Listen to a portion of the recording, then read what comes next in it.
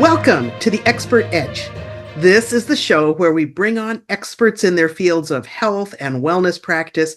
We hear their stories and we learn what they see working in the field of diabetes reversal and prevention.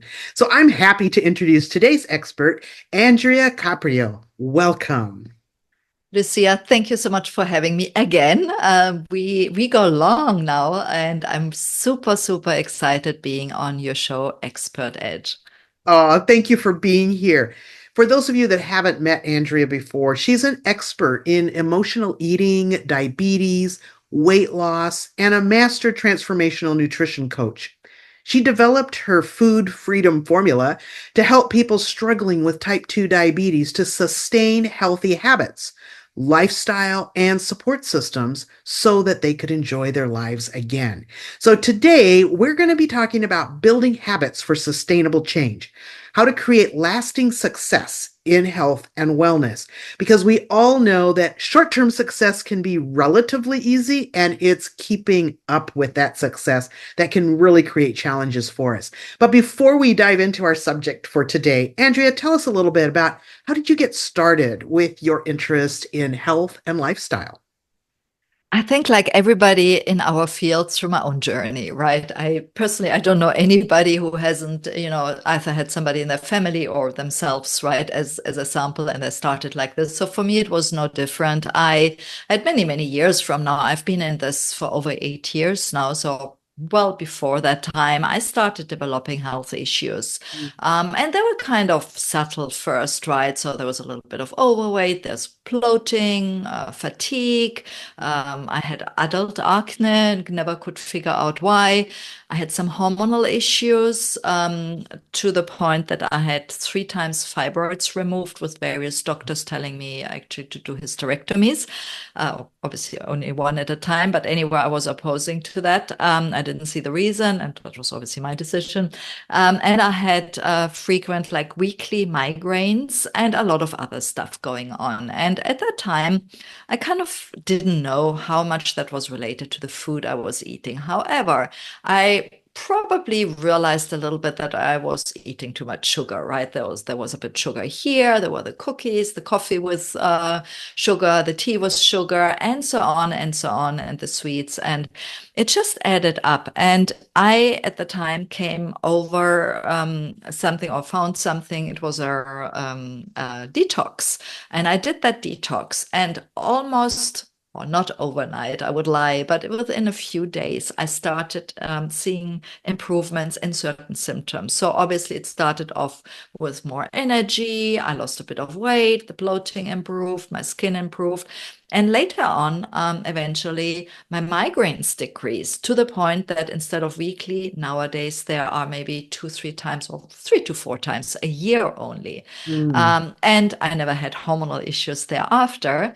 To the point that meanwhile, I went through perimenopause and menopause and all these things. I had almost no symptoms going through, and I Mm. know, all my friends do have. And when I realized how important the nutrition was to my own health improvements, and and later on, obviously, I learned also other lifestyle changes. I always say now it's not only the nutrition, right? Mhm. There's a holistic approach to that. But anyway, when I realized that, I said I wanted to help other people. And at the time, I had moved to Miami, and I saw really a lot of very unhealthy people there, and I wanted to help other people. And that's when basically, as it is, you Google something, Facebook shows you an ad about a nutrition school, and I was in another career, not very happy. And I said, that's what I want to do. So long Mm. story short, I studied, and then I did my master certification, and I opened my practice in Miami. And then later on, because I'm moving around, I'm traveling a lot, I'm living in many different countries, I moved fully online. So now I only work online, and I've helped in meanwhile hundreds and hundreds of people lose weight, overcome emotional eating, and improve their chronic conditions such Mm. as diabetes or similar condition that develop from this unhealthy lifestyle.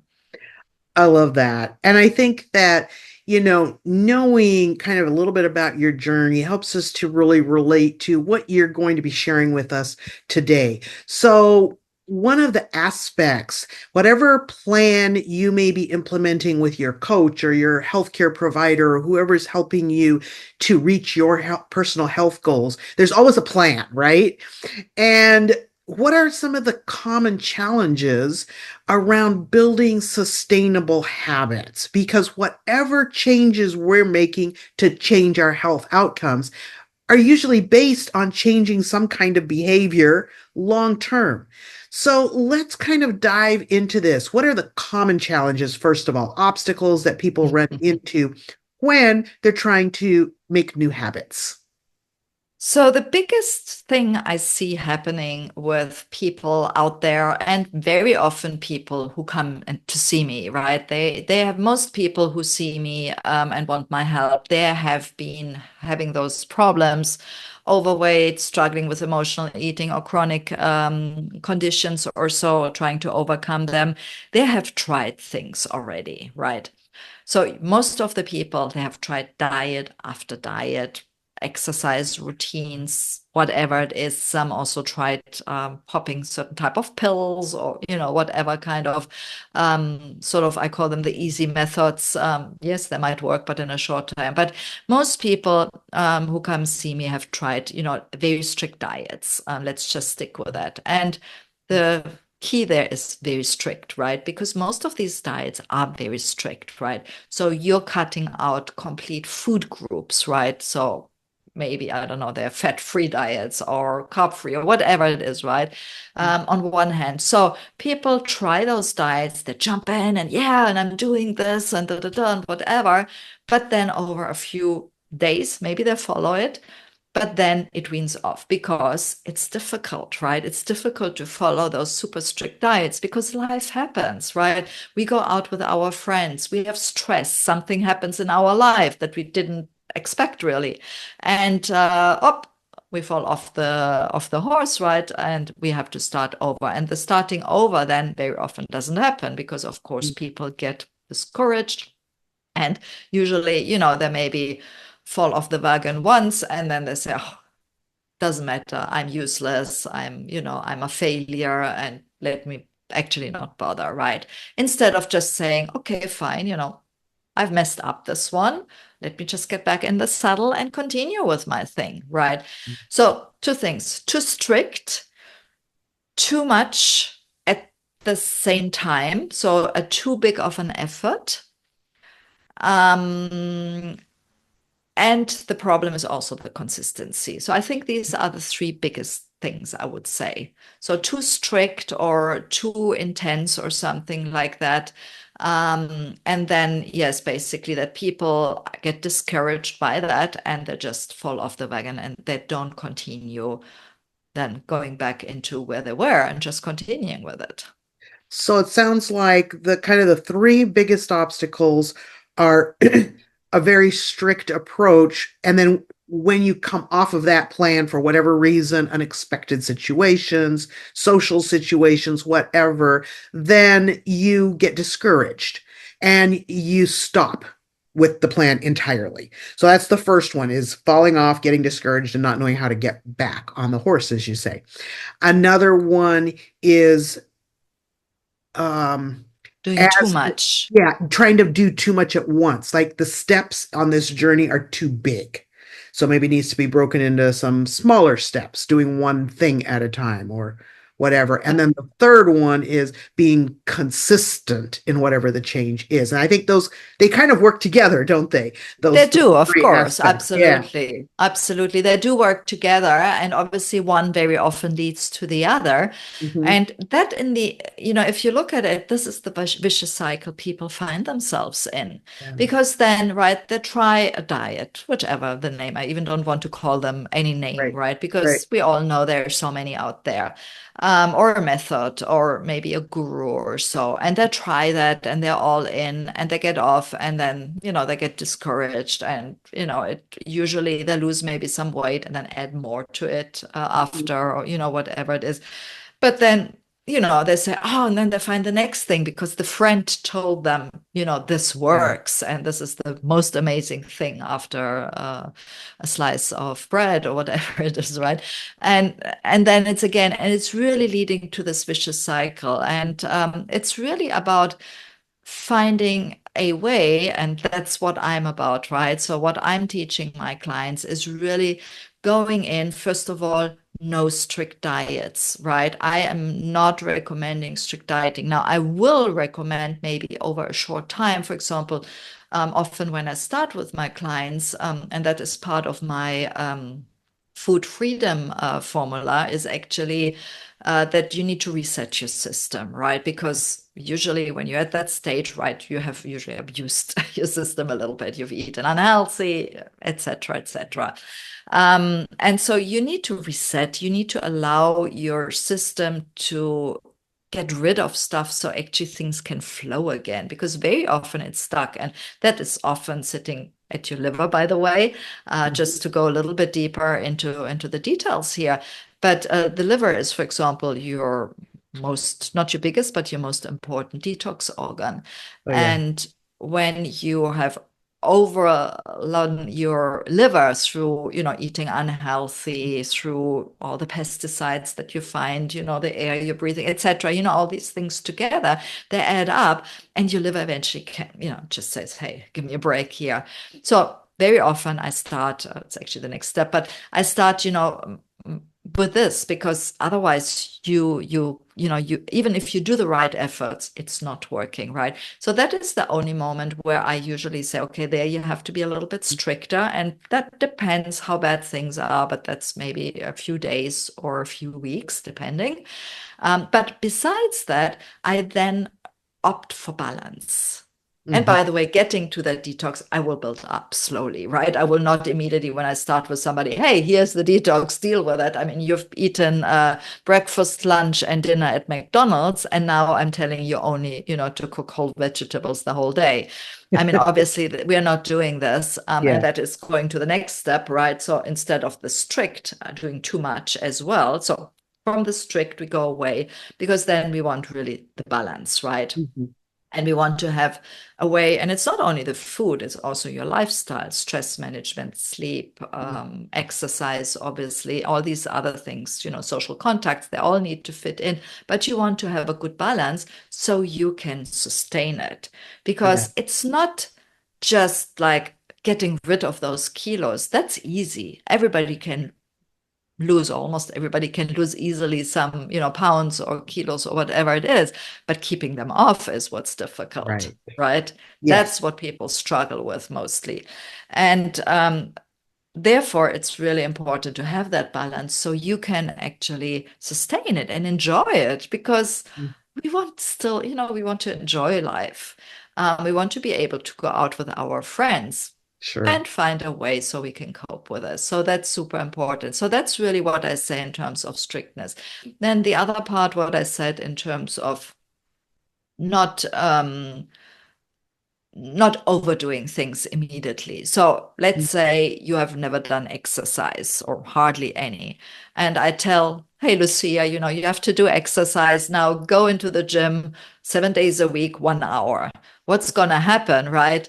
Sorry, Yeah. I'm taking you as a sample. I'm sure you're doing exercise, but what would happen if you Right. hadn't, right? You would probably stick to it one day. The next day already you're broken because your whole body hurts, but you would sustain it a few days and then you would probably stop. Right. But if I would tell you, Lucia, you've never done any gymming or so, the only thing I want you for the next week is to put on your gym gear. That's it. Nothing Mhm. more. Just put on. And then the week after, maybe just put one, even not a push up, because that's probably too hard, right? But maybe, just one squat down or whatever it is, right? And so Mhm. basically you build up. Same with your nutrition, right? You would then basically say, maybe just add one vegetable if, vegetables are not part of your regular diet or so. And Mhm. that's how you really, really build up. And then to go to the third point, the consistency is really, and I like to implement tiny habits. And there's a way of being able to, again, start obviously small, but make habits in a way that you don't need willpower. Because most people say, oh, I need to rely on this willpower and I don't have willpower, or, you have the self-sabotage or the procrastination and so on and so on coming in, and I'm not staying on track with my newly found habits. Maybe it's that you want to drink more water, right? Yeah. So there, I really like, and the book Tiny Habits is a really great way, and that's how I learned it. And I obviously combine it, is to combine a new habit with an existing habit Oh, habit and stacking. Yes. celebrate, right? And the celebration helps us with our dopamine levels. Mhm. And like this, we are able actually to develop habits. And I want to illustrate this in a way here and ask you, and obviously the audience, do you brush your teeth? What Yes. the hell is she asking now, right? Do you do that twice? And hopefully everybody says yes. I hope you're all here shaking or nodding your heads, right? Now, the more important question, however, is do you think about it? And probably now you say, no, you're not, because you started brushing your teeth when you were a child or whenever it was. You know you have to do it, otherwise your teeth will fall out, and you just do it. No matter if you have willpower, if you're tired, if whatever happens, you will brush your teeth in the morning and in the evening without thinking. And the same way, we want to implement other habits, drinking enough water, doing some form of exercise, making sure you add enough protein, whole foods into your diet, vegetables, whatever it is, right? Mhm. Having a regular exercise routine, doing maybe some breathing exercise for your stress management, making sure you go to bed at a certain time so you get your 7 to 9 hours of sleep, whatever it is, right? So all these things we want really to develop so we can keep them like you brush your teeth.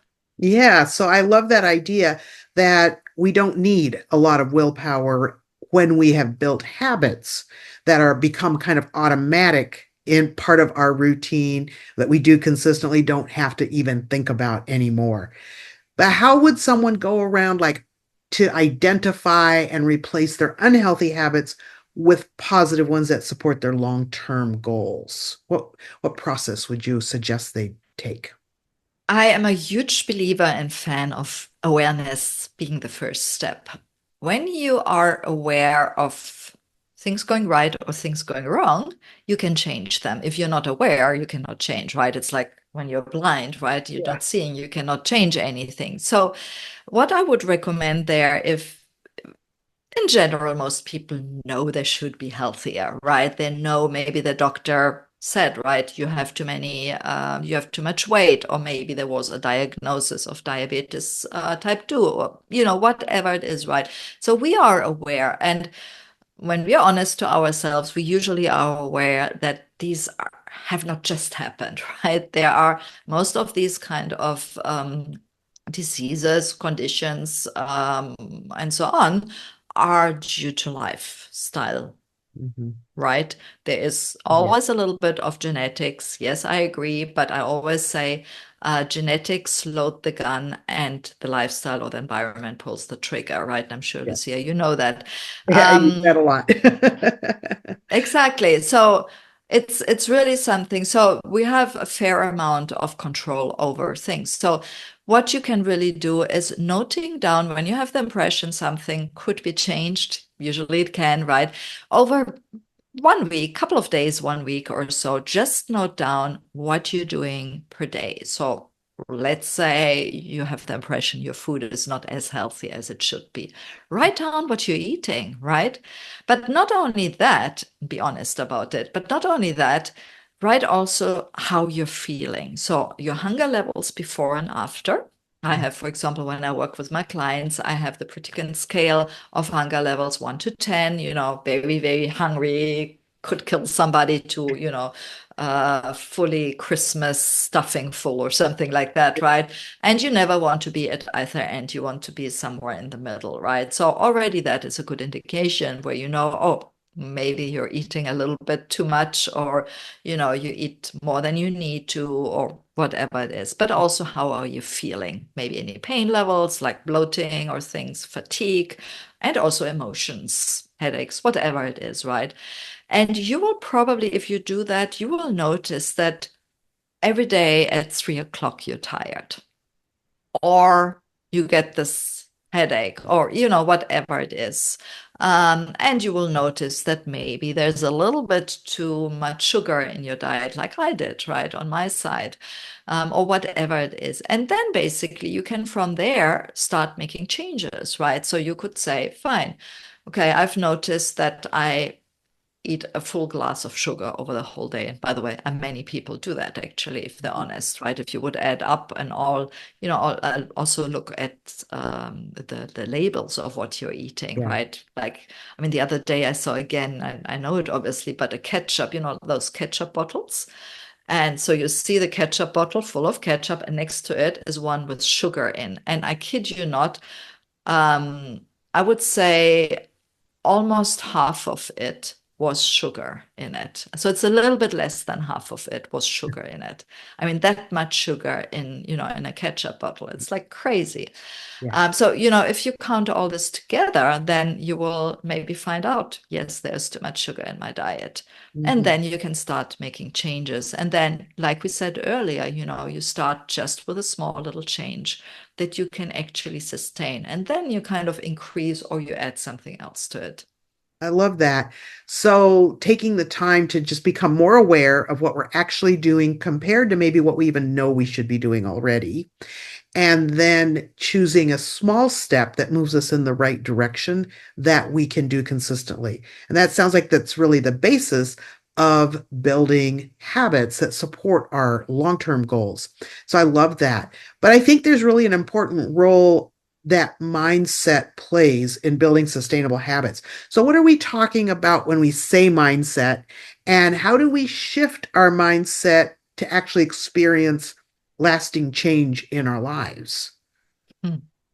Yeah, I believe the mindset, and it's actually the last piece of my five steps of my food freedom formula, right, is the mindset, because the mindset is about 80% of any effort you're doing, right? No matter if you want to improve your nutrition or the exercise or whatever, right? You want to lose weight, doesn't matter, but the mindset plays around 80% part in that one. So just, saying or just eating healthy and not working on your mindset is probably not going to work. And that's, by the way, why so many diets and so on really don't work, right? Because they don't look at the mindset.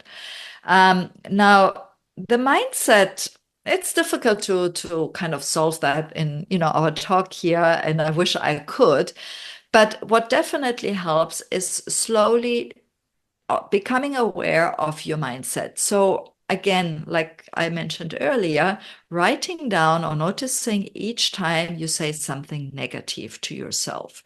Because let's face it, most of us treat ourselves really, really, really badly. How often do we say to ourselves, "Oh my goodness, you're a loser, you're, useless," or we have this feeling we are not lovable, we are not worthy, we are not valuable, or, whatever it is. Or things like, "Oh, I have to do it perfect. Otherwise, it's not worth doing it," or this kind of black and white thinking, or I will never get there, or I'm a failure, or whatever. Mhm. So noticing these kind of I call it self-talk, right? Because usually you say to yourself, noticing that is the first step, and writing it down. And you can usually ask yourself, would you say that to your best friend or to your partner? Well, maybe you would say to your partner, I don't know, depending on how you treat your partner. But, would you say it to your best friend, or maybe to your child, or, whatever it is? And most of the times, probably no, right? So instead of saying, when your friend would come to you and say, "Oh, I messed up, I didn't eat, 5 vegetables and I had the cookies instead," right?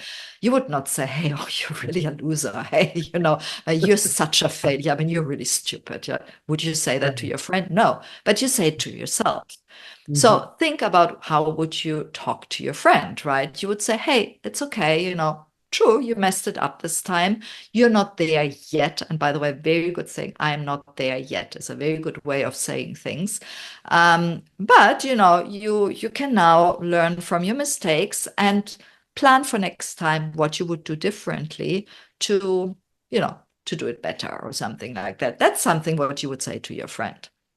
And I really like this thing you brought out, which is mindset is about our habits around thinking, right? And that what our habitual thinking habits, ruts in our mind show up in the things we say to ourselves internally. Sometimes we even end up saying it out loud, but I think a lot of the time it's internal talk.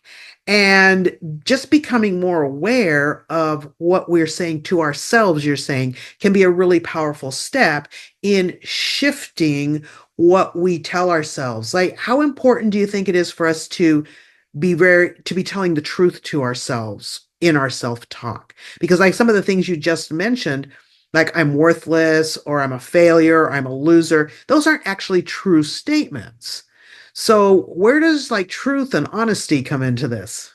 Absolutely. And that's exactly so. Once you are aware, then from there you can exactly go back and say, is it true, right? Is it true that I'm a loser? And from there you can then maybe start thinking, okay, but when was I a winner, right? What are the wins today? So when you say, oh, today is like such a shit day, excuse my language, right? Everything went wrong. Is it true that everything went wrong today? Mm, I'm sure no, right? And then you can start from there looking for the things that went right. And you could say, yeah, no, but I actually this morning I did go for a walk, right? And I really enjoyed breathing in the fresh air. mhm. And oh, if I think about it, yesterday I actually ate a soup, right? And that was a healthier choice than the cake, Yeah. whatever it is, right? And you can at the end of the day, maybe I like to do this exercise, write down the 3 wins. I do it actually every evening. I have my little journaling practice, like, and every evening I write down 3 wins. And Mhm. sometimes I need to think a little bit, and sometimes they're easy. And then actually I write down the next day's 3 wins that I anticipate. That's next Oh, step, I love next that. level, let's Yeah. say. But yeah, so like this, you can start seeing those things, right? And you can start changing your mindset from that negative and, like you said, to finding the truth Hmm. that, it's not true that there are wins, that you are not a loser. There are moments where you're doing good, whatever that is. You're not perfect yet, and nobody is, by the way. The other step is very often, and that usually requires a little bit more work. After all, this is the work we do with our clients as well, is to find out where does it come from. Usually somewhere from your childhood, right? So often we have been told as a child, maybe something like, oh, but everybody in our family is overweight. So you're going to stay overweight your whole life. And that's why we believe that, right? Hmm. Or, as a child, maybe we were not that good at school for whatever reason, right? And we've been told that we are slowy, or, we are not good, whatever. I don't know, whatever parents tell their children. And that don't mean bad, but somehow we have kept this Mm. limiting or false belief and keep it on in our adulthood. It might have been that it protected us in our childhood.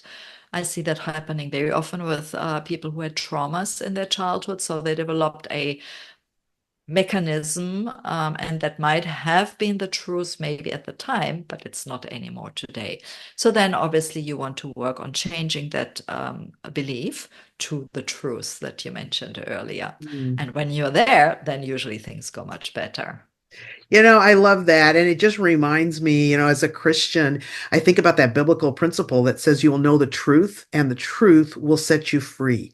Yep. And, that was written thousands of years ago, even before we were in as broken a society as we are today, where I don't know anyone that didn't suffer some trauma growing up and some negativity thrown their way.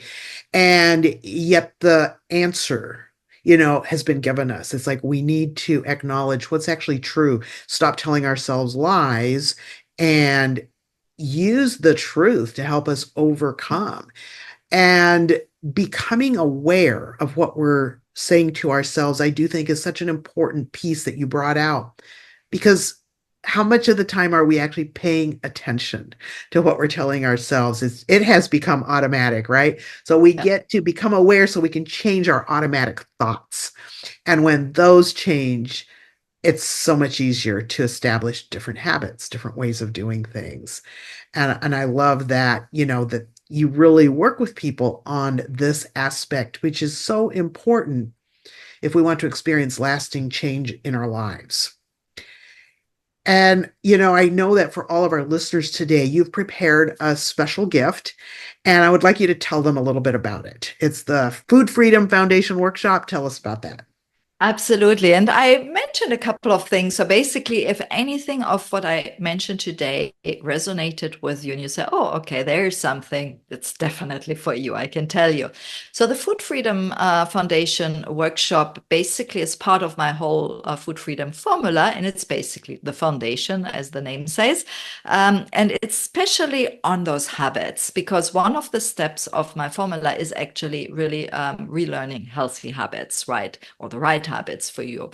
And so in it, you will learn how to actually implement those tiny habits I mentioned earlier, right? How actually do that? Because today we spoke about it and we didn't go so much into detail, but how will you bind a new habit to an existing habit and use celebration to really make a new habit stick so you can stay with it, like brushing your teeth?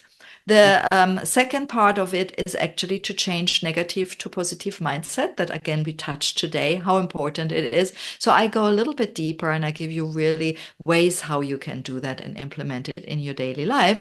And then I will run you through the 5 steps that really allow you to achieve food freedom. Now, food freedom can mean anything, but in the end, it is really being in harmony with the food for your body, right? And that is stress management, that is obviously sleep, exercise, and of course nutrition as well, that will allow you to overcome maybe diabetes type 2 and reverse it, right? It will help you or can help you to lose weight and stay on track with this or improve any other health condition in your overall health, of course. So you will get access to that. It's, of course, free for you, for those who are listening here, and you will really be able to dive deep in to implement those new habits.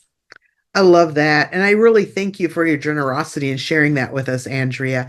And for all of our listeners, don't forget to use the code. You'll see all the information, the link, and the code in the description below this video. But the code is diabetes 2024. Uppercase D on the diabetes, everything else lowercase. Diabetes 2024 is your code to access this workshop for free. And I just want to say thank you so much, Andrea, for being with us here today. I really believe that building strong habits is the way to sustainable change and the way that we can really reach our long-term health goals. And I just really appreciate you sharing that with us today.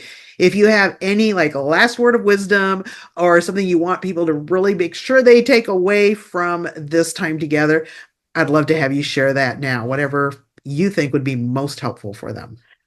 So I always say talk is cheap, right? Listening is even cheaper, right? It's so easy, but I want you to implement anything that has really stuck. There's something that today we shared, Lucia and myself today, and whatever it was, I want you to implement it. And right now, stop the video here, take 2 minutes or 1 minute or so and actually implement it, right? So maybe you want really to take out your journal and write down what you ate, right? And make that a habit. Or maybe you want to write down the 3 wins or whatever, we mentioned here. That is something that helps you to get in the right direction. Just implement the small, little, tiniest step that you can do right now and just do that. No big changes, nothing big, but one small little thing. And let us know in the comments here how it goes. And of course, if you have any questions also, either in the comments, reach out or directly to Lucia or myself. I mean, there are all my details here below as well. Feel free to reach out to me. And thank you so much. I really enjoyed that, Lucia.